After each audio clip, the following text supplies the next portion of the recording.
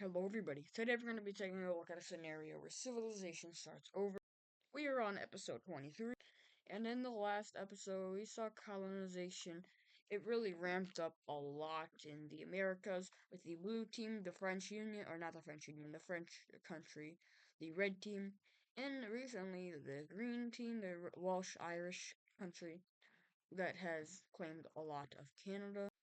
The Swedish have made a claim on Greenland, while over here they in the brown team split up the Estonian or Baltic country, and they also made a vassal state right here, and also a unification happening in the Holy Norwegian Empire, which is looking a lot more united. Green team, they're back. And we saw a lot of areas be explored. But anyways, if you guys enjoy these types of videos, please subscribe and like and give your suggestions in the comments. Anyways, let's start off this video. And we're going to be starting it over here in Oceania, as we see Australia make another huge claim. Well, really, they make two more claims, and it's on the coastline, so one of them will be in the south, while one of them will be in the north.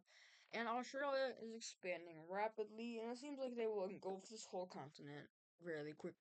Anyways, more people from more explorers, more ocean explorers, and by the way, ships are starting to get better in this timeline. But anyways, more people start to explore down south, and they get down to the Caribbean and even towards the Venezuela, Colombia area, which is very nice for them, as they finally are now able to just find South America. So now every single continent has had exploration on it, and make that official. Well, now there is.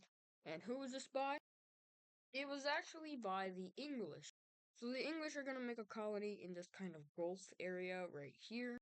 Bay of Venezuela, Gulf of Venezuela, I don't really remember. But they start having a lot of, well, they have a lot of ease expanding into this continent very rapidly, and they will set up a claim. Also, if I sound kind of sleepy in this video, that's because I am. I woke up like 30 minutes ago, so yeah. And their claim will look something like that. A very large claim for a new colonial power. However, nobody is in South America. Nobody in there knows no country in South America to really rival. So that's something to know about. Anyways, we see that the elves realize that there's, approaching death up here. So they're going to go ahead and explore a lot of land. They do not they just don't want to they don't want to be they don't want to die from these colonial powers. So they're gonna go ahead and start exploring a lot of land in the southern area. And we actually see a couple new civilizations form due to these elves, such as an orange Louisiana country and a pinkish team up here, which are, by the way, elf countries. And we see that these countries over here are going to expand, specifically this Florida nation, or yeah, Florida. They're going to expand all the way over here to these countries, and that is becoming a very powerful elf country, elf nation. However, looking at the alliance, the military alliances, we can see that the Floridan country and this guy are in a little bit of an alliance. So they're going to go ahead and formally jump this country right here. The country that actually acts first is going to be the Seafoam Lime Green country. They're going to expand into these newly explored areas. And, well, this is a great war. The first great elf war, as we see this Florida nation taking this major city, and they start expanding along with the Seafoam Green country, who is having no issue in taking any more land. But once the explorers get home and they're sent to fight in the military, the Seafoam Green Lime country starts to get not demolished, but it starts to get rapidly pushed back in this area right here. However, the Floridans are having no problem in breezing towards the capital, and they encircled this whole major city right here, which is not good for the Brown team, as this is their last major city, not including their capital, and they are, well, about to die. As we see Florida pushing in, eventually the Seafoam Line country captures that city, and they jointly start moving through this country. However, the Floridans, the Red Floridans, managed to encircle the capital of the Brown. But from here, they just keep moving. They are not, well, they're not gonna be happy about this. and the Florida does get cut off, but it doesn't even matter because the capital has just been taken, and these guys are going to go ahead and make their own country. So let's take a look at this peace treaty. So in this peace treaty, we're gonna go ahead and see that Florida gets the most important parts of the brown Florida nation. I don't have the right thing selected. Anyways, like I said, Florida gets the most important parts of the brown team as they get two major cities. While the Seafoam Line Green Country will take all of this land right here. And so, yeah, there we go. And, well, this is looking even more like Florida. Anyways, their capital is just turned into a major city of the Floridians. I don't know what this is. There we go. I don't know why that was there. Anyways, this land will remain as the brown team. However, it will just be. Well, it's a new country, but it's going to remain brown because it's kind of like the color in this region. And there are no provinces in this region, so we're just gonna go ahead and put a couple of major cities in this area. So there we go. So capitals, one will be right there, one will be right there, and the last one will be right here. So yeah, that is our elf update for today. However, it's not going to be the last we talk about them for today. Because first of all, they're going to be adding two more members, being the orange team and also, of course, the pink team up here. But you know who they also add? Well, first of all, this guy, the British, they're going to get out of the Russian alliance. They don't want to be in there. And they're going to join the elves. Well, the elf alliance, I mean. I don't know what I'm saying today. I am like so tired and I have no idea what I'm saying. So if I say some stupid stuff, then there's why. Anyways, like I said, the British Political Union is gonna go ahead and join the alliance of the elves, and this is a great help for them. By the way, these guys will remain in good contact with the people like the Russians. However, they just won't join an alliance with them. I meant they won't stay in the alliance. Now, finally, for the last event of the elves, the Red Florida Nation is going to make a colony in the Cuban area, and they discover some, or they expand into some of it, and they take all of that. A really good claim for this elf country, who's becoming great. And by the way, the purpose of that alliance was to share technology between the elves, or the military alliance that the elves are in, and the rest of the world. More specifically, the British Union. Anyways, coming over here to the Lime team, or the Seafoam Lime team. We're talking about a lot of seafoam countries today. But anyways, these guys are going through something called a political instability. So there is a faction within the country who doesn't want to be a part of the country and wants to form their own country. And it's really because of religion. Now, if you look at the religion layer, it shows that this is under the pink religion, which is only up here now in terms of countries. So this guy wants to form their own religion while the other half says no. So the half that wants to form their own religion will go ahead and declare independence as the new orangish brown team.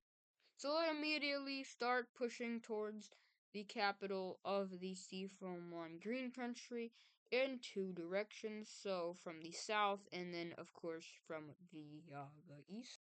Looking at cities, this guy has this is the population pretty much of the whole Lime team. The rest of the population is over here, and well, that's probably going to change soon.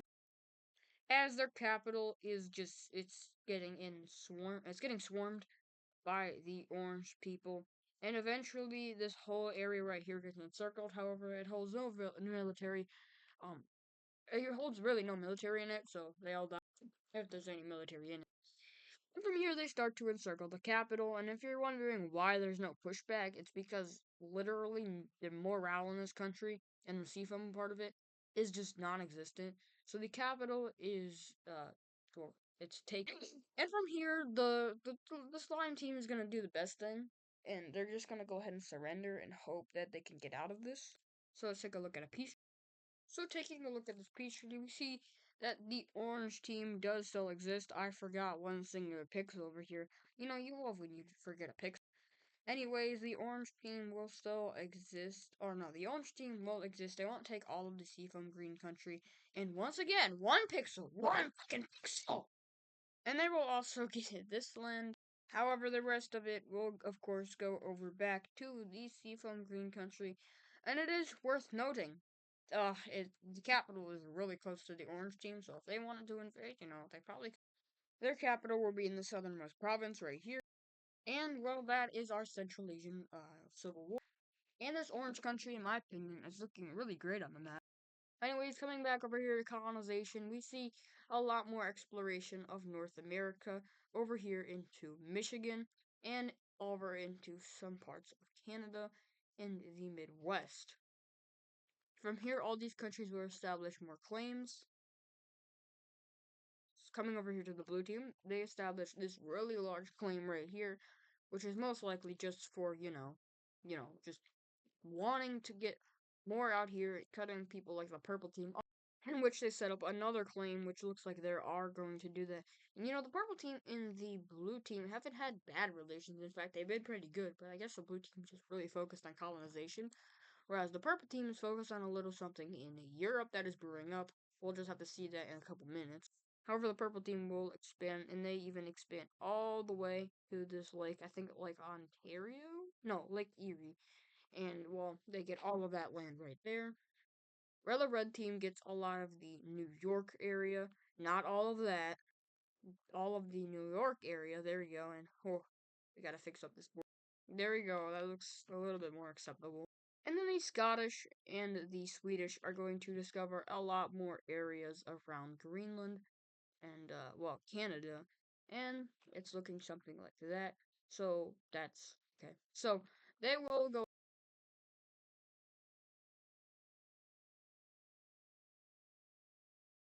They explore all the way up to this northern area, this island, and well, they capture pretty much the whole entire area that is known as, at least in modern day, as Quebec.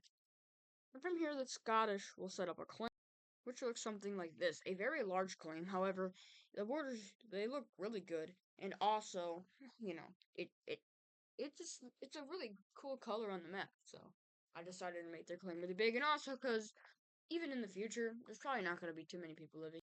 So yeah, the Welsh Irish Union are gonna go ahead and form a colony up in this area, which is Nova Scotia and New Brunswick, I think. Yeah, New Brunswick. And they're forming themselves a nice little Canadian empire. From here, more areas of Mexico will be discovered, which will be good for them. And they also get all the way up into over here, meeting up with the elf explorers. Who did this? Well, I mean, the English did some of it. It was actually the gold team. The gold team in Germany discovered this Mexican land right here, and they are going to colonize this very greatly. They realize that most of the colonizers are up in America, and I don't know why this dot is here. There we go. They realize all the colonizers are up here in the like northern North America region, and they can really benefit being over here in this area. And their claim will be like this, which is pretty good because, well, they're new colonizers. Anyways, let's jump over here to Finland. Well, the Swedish have started their invasion of Finland, and it is going well as they are moving through the southern area, and they start taking a lot of land very quickly, reaching over and capturing a major city right here, and taking a lot of the coast with it. From here, they reach out and capture another major city, and then they go ahead and spearhead towards the capital, or towards, well, this area. Remember, this area used to be owned by another country. It was a Brown Coleman Peninsula team. Anyways, the Swedes are going to start moving down the Finnish coast. But that is when the Russians are going to do something about that. The Russians do not like Sweden encroaching on their territory. They also kind of did it over here with Estonia, and now, well, they're doing it over here to Finland. And well, the Russians are not happy about that because the Swedish are doing pretty dang good in this war, and they captured a lot of territory really fast and cut the Finnish into, well, now 3 pieces. And this is when the Russian alliance declared war not only on Finland, for some reason, but also on the Triangle Alliance, which Sweden is in. And for the heck of it, I was about to say a very bad thing, even though I probably would have said it anyway. The Ottoman Alliance is just gonna join in on the war against this guy right over here, and well, now we have World War One. As eventually these guys are also gonna go ahead and go to war, the Trapezoids versus the Cross Alliance, and that is also going to pretty much be a there's pretty much also going to be what's happening over here. So all these events are going to be connected. And this is our first world war. If you guys enjoyed these videos, please like and subscribe. I will see you guys in the next video, which will be a very large war and a pretty long video. Anyways, I'll see you guys in the next video. Good.